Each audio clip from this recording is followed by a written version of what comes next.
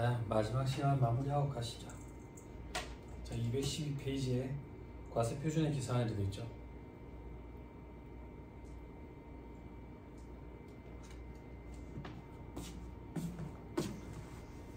자, 계산 구조 한 번만 볼게요. 자, 법인세 계산 구조는 결산상 당기순이익에서 시작한다.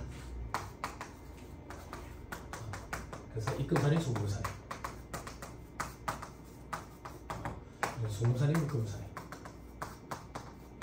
차가운 소득금액이 나오고 기부금 한도 초과에 기부금 한도 초과 2월에 소금산입이 있는데 없다라고 가정을 하면 각 3년도 소득금액이 나온다. 1차 시험에서는 여기까지가 거의 90% 이상이에요. 90% 이상. 그래서 종합방 올라와서 제가 강의하는 거 보시면 아시겠지만 여기까지 하면 그 다음부터는 띄운 거예요. 몇 페이지 보세요. 요거 보세요. 몇 페이지로 넘어오세요. 요거 보세요. 그런 식으로 강의가 이루어져요. 그래서 그 부분을 좀 살펴보면 이제 2월 결소금 차감하고 비과세 소득 차감하고 그리고 소득공제 차감해요. 그러면 이제 과세 표준이 나오는 거예요. 여기다 이제 세율급 하는 거예요. 그럼 사주세액 나오고요. 여기서 이제 세액공제, 감면 이런 게 있어요. 물론 법인세법상 세액 감면 규정은 없어요. 그래서 우리가 적용받는 현업에서 적용받는 세액 감면은 전부 다 조세특례 제한법상 세액 감면이에요. 조특법상 세액 감면. 나머지는 없더라. 그래서 1차 시험에서는 조특법이 시험 범위가 아니기 때문에 세액 감면에 대해서는 너무 스트레스를 안 받아도 됩니다. 자, 그 다음 계산 구조로 되어 있죠? 살펴볼게요.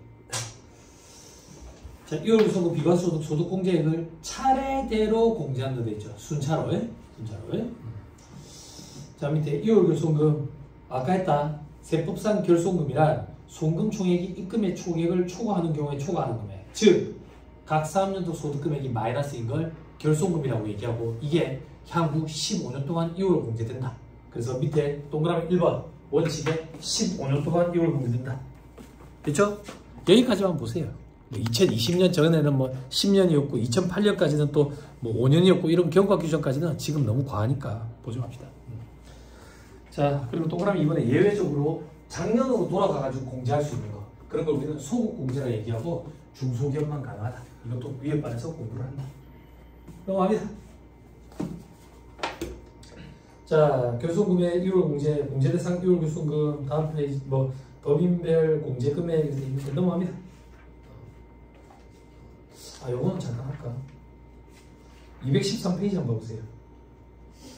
반가로 이번에 법인별 공제금액의 동그라미 2번 비중소기업 등 위외의 법인은 공제 가능한 결손금을 각 3년 소득의 80% 범위 내에서 공제한다 되어 있죠. 자, 이 얘기예요. 결손금이 엄청나게 많다고 볼게. 작년까지. 그게 올해로 넘어온 거야. 근데 각 3년 소득금액이 10억이래. 10억. 그럼 요거의 80%. 8억. 범위 내에서만 2월 결손금을 뺄 수 있다. 그 얘기. 그럼 무조건 플러스겠죠. 그죠? 요게 한참 70%인가 60%까지 떨어졌다가 경기가 안 좋아 다시 80%로 올라갔어요. 80%로. 근데 중소기업은 한도 없어요. 한도 시전에 딱 공제해요. 그러니까 10억을 다 공제하는 거죠. 중소기업은. 그죠? 그 시험에는 중소기업 위주로 많이 등장했어요. 자, 다음 넘어갑니다. 결손금 소급 공제. 결손금을 2월 공제하는 게 원칙인데 중소기업은 작년으로 돌아가서 소급 공제할 수 있다. 그 정도. 그 밑에 비과세 소득 돼 있죠. 하나만 기억하면 돼요. 동그라미 1번 법인세법상 비과세 소득은 공익신탁재산에서 생기는 소득. 시험에도 그냥 그렇게 등장돼. 공익신탁재산에서 생기는 소득 이렇게. 그러면 비과세한다 이렇게 생각하면 돼. 됐죠? 다음 페이지 소득공제를 돼 있죠. 소득공제. 자, 괄호 1번에 법인세법, 괄호 2번은 조특법이죠. 그러니까 1차 시험 범위가 아니기 때문에 조특법은 기억할 필요 없어요. 괄호 1번에 법인세법상 소득공제, 배당 소득공제라는 게 있죠. 그죠? 눈으로 보세요. 유동화 전문회사, 투자회사, 투자회사. 이게 뭔데? 페이퍼 컴퍼니들. 그런 법인들이 네 번째 줄 중간에 배당 가능 이익의 90% 이상을 배당한 경우에는 그 배당한 금액 전액을 공제한다. 이죠. 각종 페이퍼 컴퍼니는 실질적으로 존재는 잘 안 하고 그죠? 기금을 조성해가지고 투자를 하고 거기서 생기는 수익 금액을 투자자들한테 분배를 해주죠. 그죠? 거의 다 분배가 되거든. 그래서 배당 가능이익의 90% 이상을 분배하게 된다고. 그럼 그 분배한 금액은 소득공제 혜택을 주겠다 그 얘기야. 그럼 세금이 거의 없겠죠. 거의 없겠죠. 그죠? 넘어가면 자 6장 산출세계 계산 칠판 보세요. 자 이제 여기 산출세. 자 다음과 같이 계산하되 토지 등 양도소득에 대한 법인세, 미완료소득에 대한 법인세가 있으면 합한 금액으로 산출세액이라 한다. 그렇죠? 자, 사업연도가 1년인 경우에는 과표의 세율을 곱한다. 세율은 어떻게 되는데 밑에 4단계 초과 누진세율이라는 표현을 쓰네. 2억, 200억, 3천억 기준으로 9, 19, 21, 24 됐죠? 됐죠? 자, 그런데 위로 다시 올라가서 1년 미만인 경우도 있죠. 1년 미만인 경우. 1년이 미만인 경우라는 얘기는 무슨 말이냐면 이 회사가 6개월 법인이다 이렇게 생각하면 돼. 6개월 법인, 6개월 동안 벌어들인 소득에 대해서 세율을 바로 적용하는 것은 조금 무리가 있다고 보는 거야. 그 6개월 동안 벌어들인 소득을 1년치 소득으로 환산해놓고 세율을 때리겠대. 그래서 밑에 사식에 보면 과표 곱하기 6개월이라고 가정해봐. 그럼 6분의 10이 하니까 1년치로 바뀌지. 거기에 세율을 곱해. 근데 실질적으로는 6개월이니까 다시 12분의 6을 곱해야 된다고. 해마다 수험생들이 이걸 실수를 많이 해. 6분의 12까지는 잘하는데 12분의 6 곱하는 걸 빠뜨려. 마지막에. 됐어요? 자 그러면 초심자들은 이런 의문을 갖는다. 세무사님 이게 도대체 뭐 하자는 짓입니까? 뭐가? 4학년도 월수분의 12 곱하고 뒤에 12분의 4학년도 월수 곱하고 그럼 이거 약분하면 또이 아니에요? 없어지는 거 아니에요? 아, 세율이 초과 누진 세율이기 때문에 달라지는 거지. 그치? 됐죠? 넘어가면 다음 페이지. 토지 등 양도소득이 있는 법인의 경우 취지만 보세요. 부동산 투기 방지를 위해서 이중과세하는 취지였다. 저 밑에 3번에 미완료 소득에 대한 법인세. 이게 과거에 법인세법에 규정이 있을 때는 미완료 소득에 대한 법인세라는 명목이었는데 지금은 투자 및 상생협력 촉진을 위한 과세특례라는 이름으로 조세특례 제한법에 가서 붙어있어. 그래서 1차 시험 논의가 아니야. 너무 스트레스 안 받아도 돼. 됐죠? 그렇죠? 넘어갑니다. 이것도 한번 볼까? 219페이지 맨 위에 적용 대상 법인에 상호출자 제한기업 집단에 속하는 법인. 과거에는 상호출자 제한기업 집단에 속하는 법인뿐만 아니라 자기 자본이 500억 넘는 법인 또 대상이었는데 그 규정은 완화시켜줬다. 완화시켜줬다. 없어졌다. 자, 넘어간다. 220페이지. 자, 차과감 납부세. 계산구조. 산출세액에서 세액감면 빼고 세액공제 빼. 가산세. 여러분 법인세법, 소득세법, 부가가치세법에 다 가산세가 있는데 우리 시험에서는 가산세 규정은 부가가치세법 위주로만 물어봐요. 그래서 수업 목적으로는 법인세법, 소득세법상 가산세 규정을 거의 안 보고 들어갑니다. 안 보고 들어갑니다. 그 밑에 감면분 추가납부세 이런 건 없다라고 생각하면 돼요. 됐죠? 자, 빼는 거 하나씩 보자. 칠판. 세액감면, 세액공제. 아까 세액감면, 법인세법상 세액감면 없댔다고. 저는 현업에서 일하는데 세액감면 적용해봤는데요. 전부 조세특례 제한법에 의한 세액감면이야. 1차 시험 범위가 아니야. 그렇죠? 아니 좀 해주지. 미리 공부하면 안 좋나? 안 돼. 미리가. 해주는 것도 다 못해. 그러니까 욕심을 내면 안 돼. 자, 세액감면이라 그 다음 줄에 세액의 일정 비율을 경감하는 제도다. 조특법에 규정이 있다. 자, 그 밑에 세액공제. 세액감면이 제일 대표적인 게 언니분이 계시니까 중소기업 특별 세액감면이에요. 밑에 세액공제. 자, 일정 금액을 공제하는 제도다. 여기서 법인세법상 세액공제를 보자. 조특법상 세액공제. 이거 살펴보면 안 돼? 이 책, 이거 뒤에 한 몇백 페이지가 더 붙어야 된다, 그러면. 됐죠? 이 2차 시험 때 눈물을 흘리면서 그걸 봅니다. 3-1에 외국납부 세액공제. 외국납부 세액공제는 뭔데? 내국법인은 국내외 구분 없이 벌어들인 소득 전부에 대해서 우리나라에서 과세됐지. 그럼 봐봐. 우리나라에서 벌어들인 소득뿐만 아니라 국외에서 벌어들인 소득도 우리나라에서 과세할 거 아니야. 근데 국외에서 벌어들인 소득은 그 나라에서 과세가 또 이루어졌대. 그럼 한 가지 소득에 대해서 그 나라에서 과세가 이루어지고 우리나라에서 또 과세가 이루어지면 이중과세 문제가 있는 거야. 이 국제적인 이중과세를 조정하기 위한 제도를 우리는 외국납부세액공제 규정 이렇게 표현한다고. 저 정도만 할 거예요. 거기에 직접, 의제, 간주, 의제랑 간주는 같은 말, 그리고 간접 이렇게 세 가지가 있어. 직접 외국납부세, 의제, 간주 외국납부세, 간접 외국납부세. 우리는 시험에 간접 외국납부세액이 그 중에 조금 자주 등장을 했어. 매년 등장합니까? 아니, 그런 중요성은 아니니까. 중요도 자체가. 그러니까 띄엄띄엄 붙었지. 강의할 때. 그죠? 매년 나올 정도로 그 정도 빈출은 아니지만 그 세 가지 중에 간접이 그나마 자주 등장했다. 그죠? 넘어갑니다. 어려우니까 보지 마세요.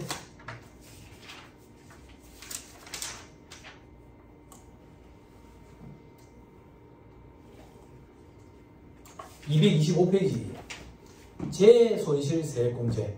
이건 뭐냐? 천재지변들 재해를 입은 거야. 재해를 입어. 그러면 세금 중에 일부를 공제를 해줘. 공제를 해준다고. 어떻게? 괄호 2번에 재해상실 비율 곱한 만큼. 재해상실 비율은 어떻게 계산하는데? 상실 전의 자산 총액분에 상실된 자산. 100억치 자산이 있었는데 20억원치가 물에 떨어 내려갔대. 그러면 20%다 그 얘기야. 자, 그 페이지 제일 위에 줄 오른쪽에 20% 이상을 상실한 경우에만 재해손실세액공제라는 걸 해줘.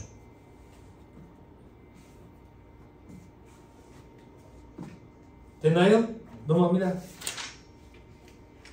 걸어서 한번 재해손실세액공제액이 계산돼 있죠. 그죠? 동그라미 1번 재해 발생일 현재 미납된 법인세. 동그라미 2번 재해 발생일에 속하는 사업연도 소득에 대한 법인세. 두 가지에 대해서 재해상실 비율 곱한 것만큼 공제를 해준다고. 이게 얼마나 큰 혜택이냐면 오른쪽에 계산상식 보면 괄호 안에 가산세 더해져 있지. 즉 의무불이행, 각종 의무불이행으로 인한 가산세까지도 재해상실 비율만큼 면해주겠다는 얘기야. 공제를. 굉장히 큰 혜택이라고. 자, 초심자인 수험생들이 동그라미 1번과 2번 규정을 설명을 해주고, 여기서는 뭐 구체적으로는 안 하지만 해마다 따져 물어보고 1번과 2번이 무슨 차이가 있습니까? 같은 말인 것 같은데요? 차이가 있어. 동그라미 2번은 뭔데요?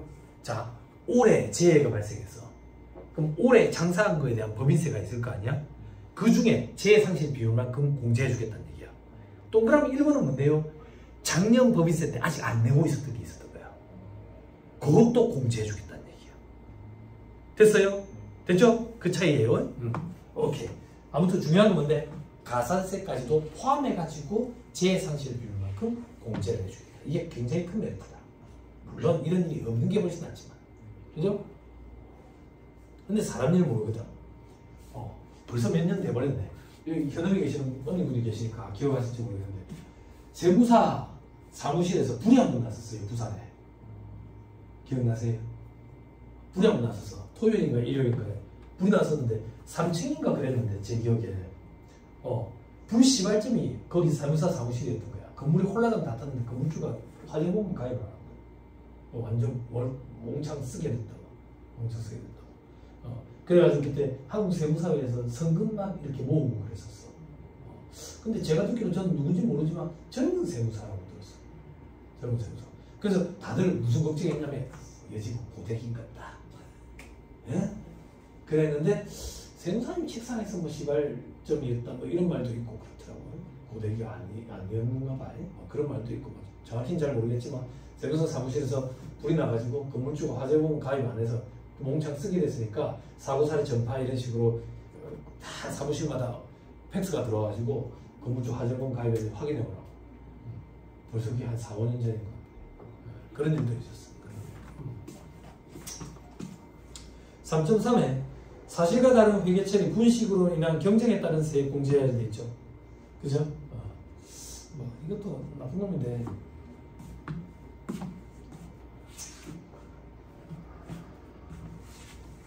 자, 설명을 들으세요.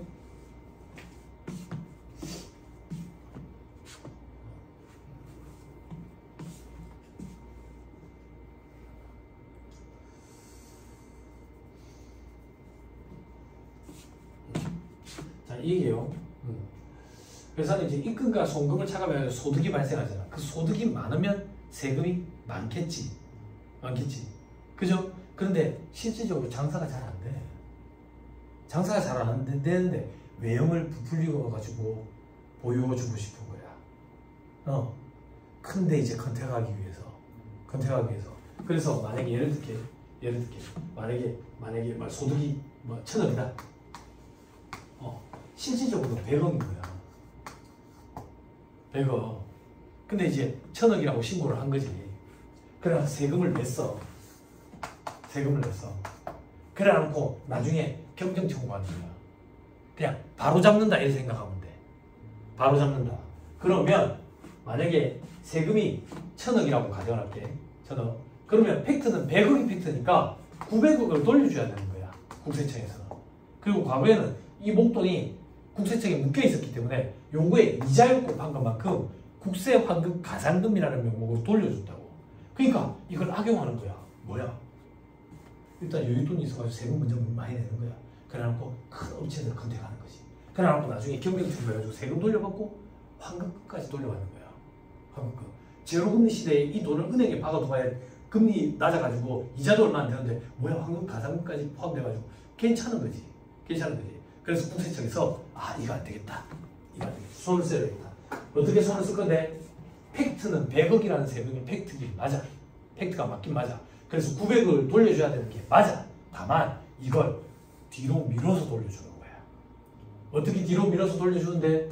여기 세액감면과 세액공제 규정, 나머지 규정을 먼저 다 적용을 하고 그리고도 납부해야 될 세금이 있으면 그때 얘를 차감해 주겠대. 즉 공제 감면 순위에서 제일 후순위로 밀어버리겠대.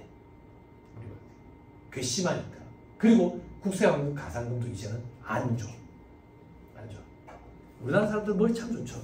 이게 사실과 다른 회계처리에 기인한 경쟁에 따른 세액공제라고. 위에 박아서 더 자세히 볼 거고요. 그래서 다음 페이지 적용순서에 보면 동그라미 4번에 있어. 제일 후순위에 몰아놨다고. 됐나요? 그죠? 자, 그 다음에 이제 기납부세. 앞에 사실 잠깐만 다시 돌아오세요. 220페이지. 자, 우리 어디까지 왔느냐? 이제 총부담세액까지 온 거야. 총부담세액에서 우리는 기납부세액을 차감한다고. 기납부세액에는 세 가지가 있다고. 원천징수된 거, 중간예납한 거, 그리고 수시부가세액. 됐죠? 그때 원천징수세액을 보자 이거야. 됐어요? 제가 입안에서 원천징수 규정에 대해서 좀 해줬나요? 안 해줬어요? 해준 것 같은데. 해준 것 같은데 무조건 안 해줬다고 하네. 자.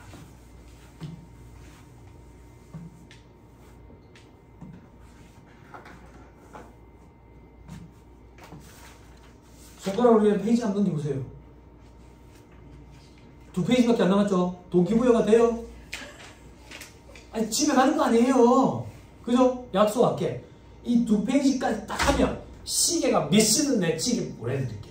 요까지 딱 1시간이 걸리든 2시간이 걸리든 내 집에 바로 보내드릴게. 미안하다. 금방 끝낼게. 오버 안 할게 시간. 알았지? 원천징수 규정은 얘기 안 한다 보네. 소득을 지급하는 자가 있어요. 받는 자가 있고요. 소득을 지급하는 자가 소득을 지급하는데 이 소득이 이자소득이라고 가정해 볼게요. 얼마를 지급하는데? 100원을. 요거에 대한 세금은 얼마인데? 국세만 가지고 갈게요. 14%거든. 지방세까지 하면 15.4%지만 국세만 가지고 가자고. 14%. 그러면 세금은 14원이야.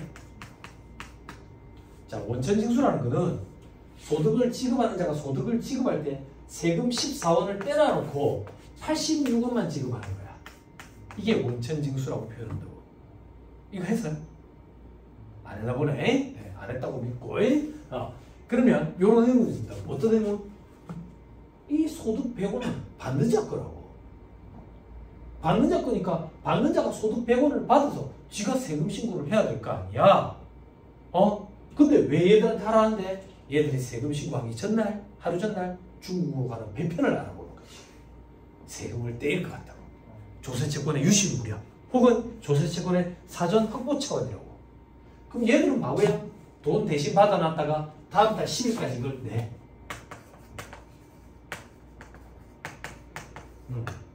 낸다고. 바보냐고? 바보가 아니야. 얘들은 무조건 이걸 해야 돼. 왜? 국가에서 얘들한테 이걸 하도록 의무를 지어놨어. 의무. 그래서 얘들을 원천징수 의무자 이렇게 불러.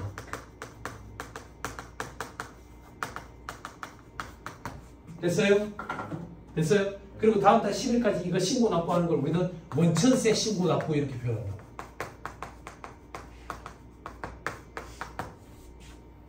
됐어요? 됐나요? 자, 그러면 참고 삼아. 얘들은 뭐라고 부르는지 별로 관심이 없거든, 대부분. 그렇지만 법률 용어 공부하니까 얘들은 원천 납세 의무자 이렇게 표현해. 자, 그럼 여기서 중요한 건 뭔데? 원천징수 의무자한테 이런 원천징수 의무를 지어놨다고, 규정에 따라서. 그런데 이 원천징수 규정은 법인세법에도 있고 소득세법에도 있어. 즉 소득을 지급하는 자가 소득을 받는 자에게 지급하는 행위가 발생할 때 우리는 법인세법을 적용할 건지 소득세법을 적용할 건지 그거부터 판단을 해야 돼. 판단을. 왜 판단을 해야 되는데, 법인세법과 소득세법상 원천징수 대상 소득의 범위의 차이가 있어. 만약에 예를 들어서 A라는 소득을 지급을 할 때 법인세법을 적용하면 원천징수를 안 해. 소득세법을 적용하면 원천징수를 하고. 그래서 원천징수 대상 소득의 범위 차이가 있는 거야. 그래서 이 규정, 이런 거래가 있을 때 법인세법을 적용할 건지 소득세법을 적용할 건지 먼저 선택을 해야 되는데 그 선택의 기준은 받는 자 기준이야. 받는 자가 개인이면 소득세법을 적용해. 받는 자가 법인이면 법인세법을 적용한다고. 우리 지금 법인세법을 하고 있다고. 그럼 법인세법상 원천징수 대상 소득은 뭐가 있는데? 두 개가 있는데 두 번째가 어려워.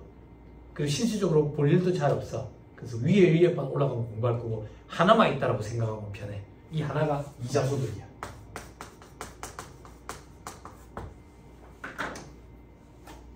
됐어요? 됐나요? 그러면 뭘 하고자 하는 얘기인데 우리는 지금 받는 자야. 우리는 받는 자라고. 받는 자 입장에서 소득 100원을 받을 때 100원을 받는 게 아니라 86원만 받아왔다고. 86원. 그런데 받는 자 입장에서 이 소득 말고 타소득도 있을 거 아니야. 타소득도 합산해가지고 세금 신고를 해야지. 그럼 타소득도 합산해가지고 세금 신고를 할 때는 세금을 차감한 후의 금액이 아니라 세 전금액으로 돌려놔야 될 거 아니야. 그지? 돌려놓으려면 이걸 100원을 가지고 계산을 해야지. 그지?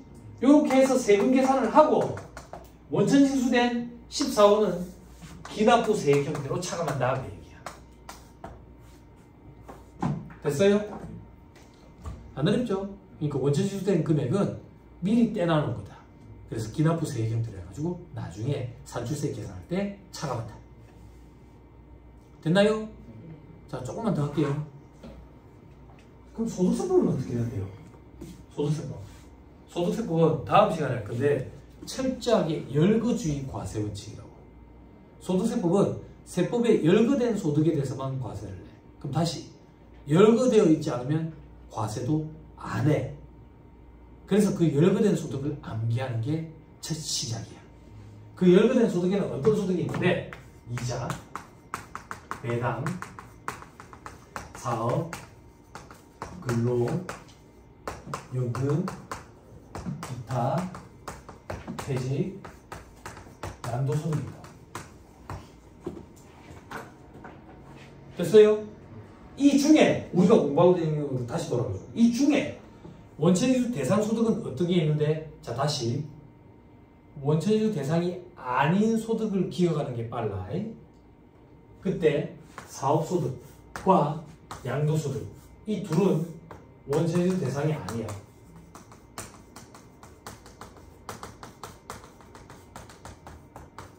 조금만 더 해. 그런데 이 사업소득에 예외가 있어요. 예외라는 얘기는 원천징수를 한다는 얘기야. 첫 번째, 부가세 얘기한 거야. 면제되는 일정한 인적 능력. 자, 동우야, 이런 표현 어디서 들어봤냐? 부가세가 면제되는 일정한 인적 능력. 이거 어디서 들어봤어? 물론 당연히 여기서 들어봤겠지. 어? 딴 데서 수업을 들은 적이 없는데 여기서 들어봤겠지. 어디서 들어봤지? 언니 집에 안 갈 거예요. 언니 집에 안 갈 거예요. 빨리 대답해주고 집에 갑시다. 어디서 들어봤어요? 맞아. 땡! 절대 아니에요. 어디라고? 동이야. 어디라고? 왜 자꾸 울리지? 일부러 그래 놓은 거야? 못 가게?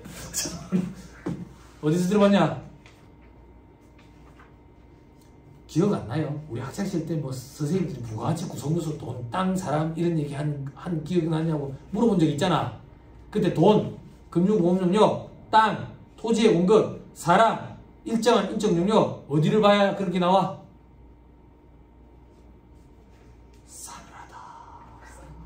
싸늘하다. 타짜 영화 찍고 있다 지금. 타짜. 어디로 펴야 되냐? 면세로 가야지.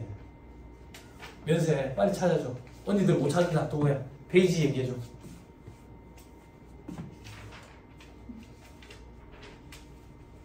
면세.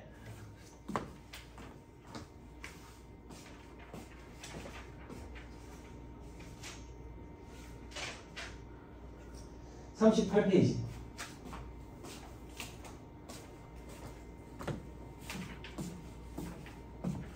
찾았어요? 그때 일정한 인적 용역 돼 있죠? 그치? 그게 부가세가 면제되는 일정한 인적 용역. 저를 봐봐. 이거 해줬는데. 자, 저를 봐봐.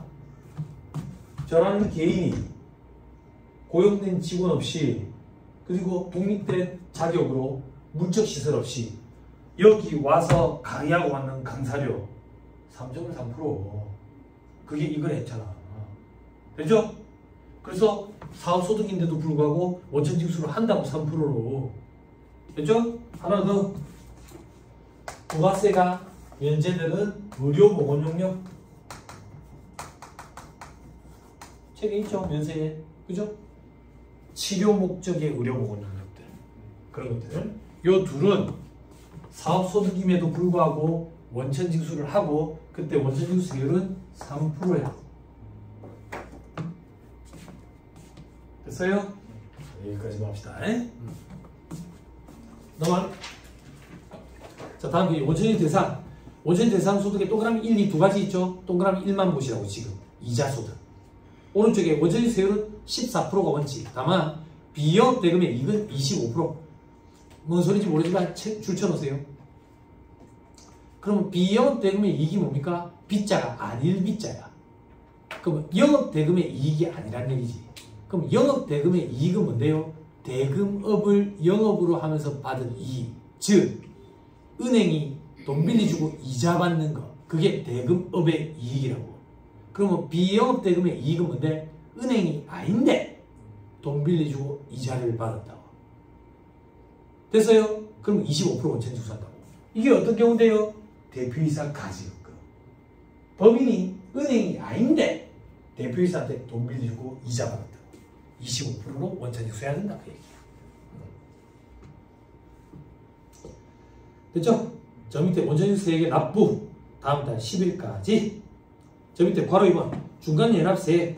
중간연합이란 각 사업운동 기간이 6개월을 초과하는 법인의 경우 사업운동 개시로부터 6개월 기간을 중간연합 기간으로 해서 중간에 미리 납부하는 것을 말한다. 다음 페이지 그림이 있으니까 이 그림 그냥 같이 봅시다. 1월부터 12월 31일까지 소득 금액이 있어. 그게 100원이래. 그거를 반절을 딱 끊는 거야. 반절을 딱 끊어가지고 2분의 1 해가지고 중간연합 기한인 8월 31일까지. 아니네. 소득금액 100원. 이거는 중간연합 기간의 소득금액이네. 중간연합 기간의 소득금액. 요거를 8월 31일까지 납부하도록. 요렇게 하는 게 중간연합세액이야. 즉 1월부터 6월까지 실적을 결산을 대략 쳐보는 거야. 그래서 이걸 가결산을 친다라고 얘기한다고.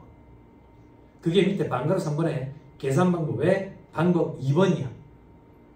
눈으로 보시고. 됐죠? 그죠? 그럼 방법 1번은 뭔데? 작년에 납부한 세액이 200원이래. 그걸 반절 딱 끊어서 2분의 1 끊어서 미리 내라 라고 하는 게 방법 1에 대한 방법이야. 됐죠? 밑에 방가로 4번 중간연합세액의 납부. 중간 연합 기간이 지난 날로부터 2개월 내에 납부해야 된다. 그래서 일반적으로 12월 말 법인은 8월 말까지. 8월 말까지. 됐죠? 됐어요. 자, 걸어서 뭐 수시 부가세 하나만 딱 봐. 첫째 줄. 조세를 포탈할 우려가 있다고 인정되는 경우 수시 부과를 할 수 있다. 그 정도. 시험에 그 정도 말고 안 나와요. 자, 마지막 신고 납부. 각 사업년도 종료일에 속하는 달의 말일로부터 3개월. 괄호안에 보니까 성실신고 확인서를 제출한 경우에는 한 달 더 줘. 4개월. 그건 뭔데? 성실신고 확인 대상인데 여기서는 강의 안 할 거예요. 소득세법에서 성실신고 확인 제도라는 게 도입되고 법인세법에도 여기에 도입이 됐다. 자, 그 다음 분납. 세금이 너무 많으면 나눠서 낼 수 있게 해줘. 분납. 얼마나 많아야 되는데 1,000만 원을 넘는 경우 한 달. 중소기업은 2달 내에 분납할 수 있다. 동그라미 1번. 납부할 세액이 2천만 원 이하인 경우는 1,000만 원을 초과하는 금액. 동그라미 2번. 납부할 세액이 2천만 원을 초과하는 경우는 50% 이하의 금액. 동그라미 1번은 뭔데? 납부할 세액이 만약에 1,500이다. 그럼 3월 말까지 1,000 내고 그리고 한 달 혹은 2달 뒤에 500 내고. 동그라미 2번. 납부할 세액이 2천만 원을 초과한다. 만약에 2,400만 원이다. 그럼 3월 말까지 1,200 내고 한 달 뒤 혹은 2달 뒤에 나머지 1,200 내고. 됐어요? 마지막. 법인세법에 물납규정은 없다. 현행세법에서 물납규정은 상속세랑 종합부동산세만 있다. 종합부동산세 우리 시험에 안 나오니까 상속세만 기억하면 된다. 증여세도 안 돼. 상속세만 물납규정이 존재한다. 개정되면서 다 빠져버렸어. 됐죠? 잘 버텼습니다. 다음 시간에 또 우리 행복하게 8시간 동안. 그죠? 이런 강의가 참 좋은 거라고. 뭐가? 토막 강의를 하면 맥이 끊겨. 맥이 끊긴다. 쫙 따라서 해요. 쫙 따라서. 그죠? 옆에서 객관식반도 10시간씩 이래 하면 일맥상통하게 쫙 일관성 있게 하는 거예요. 일관성. 네, 좋겠죠. 그죠? 여러분들도 곧 그런 복이 터집니다. 네. 자, 오늘 강의 듣느라고 고생 많으셨습니다. 수고하셨습니다. 수고하셨습니다. 네.